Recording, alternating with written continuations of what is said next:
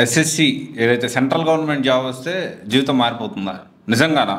ఎస్ఎస్సిజిఎల్ ఉద్యానికి వస్తే as per 7th pay ఇంకా 8th pay commission ఇంకా అవ్వలేదు కాబట్టి ఇది గ్రూప్ బి సర్వీస్ కింద వస్తుంది. ఎస్ఎస్సిజిఎల్ అనేది జీతం అయితే 44,000 నుంచి 1,42,400 వరకు ఉంది. అసిస్టెంట్ సెక్షన్ ఆఫీసర్ అని, తర్వాత ఇన్స్పెక్టర్ ఆఫ్ ఇన్కమ్ ట్యాక్స్ అని, so inspector central excise, assistant enforcement officer, sub inspector, central bureau సిబిఐకి ఇన్స్పెక్టర్, సెక్షన్ హెడ్, సో ఇలా రకరకాల జాబ్స్ అయితే దీంట్లో ఉన్నాయి.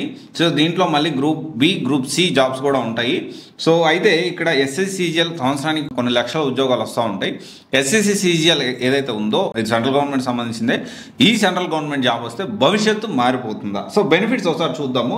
సో బెనిఫిట్స్ అయితే చాలా అద్భుతంగా ఉన్నాయి. హౌస్ రెంట్, డిఎల్ ఇస్తారు, తర్వాత ట్రావెల్ ఎలిమెంట్స్ ఇస్తారు, మెడికల్ ఫెసిలిటీస్ ఇస్తారు, తర్వాత జాబ్ సెక్యూరిటీ ఉంటుంది, పెన్షన్ ఇస్తారు, జాబ్ సెక్యూరిటీ ఉంటుంది, అంతా బాగానే ఉంటుంది. కానీ డ్రాబ్యాక్స్ ఒకసారి మనం చూద్దామా? చాలా మంది అనుకుంటారు కదా, సో సాఫ్ట్వేర్ లో పర్సనల్ లైఫ్ ఉండదు, సాఫ్ట్వేర్ లో పర్సనల్ లైఫ్ ఉండదు అని. సెంట్రల్ గవర్నమెంట్ జాబ్ అయినా ఎస్ఎస్సిజిఎల్ లో ఖచ్చితంగా ఆఫీస్ అవర్స్ కూడా చాలా ఎక్కువ ఉంటాయి. First point. సెకండ్ పాయింట్ ఏంటి అంటే ఎవ్రీ 3 yearsకి 5 yearsకి సంబంధం లేని చోట మనకి ట్రాన్స్ఫర్ అవుతూ ఉంటుంది. ఎందుకంటే ఇది సెంట్రల్ గవర్నమెంట్ సంబంధించింది. త్రూ అవుట్ ఇండియా మనము సంచార జీవుల్లాగా మనం ఇక్కడి నుంచి అక్కడికి, అక్కడి నుంచి అక్కడికి మారాల్సి ఉంటుంది. ప్లేస్ అనేది చేంజ్ అవ్వాల్సి ఉంటుంది.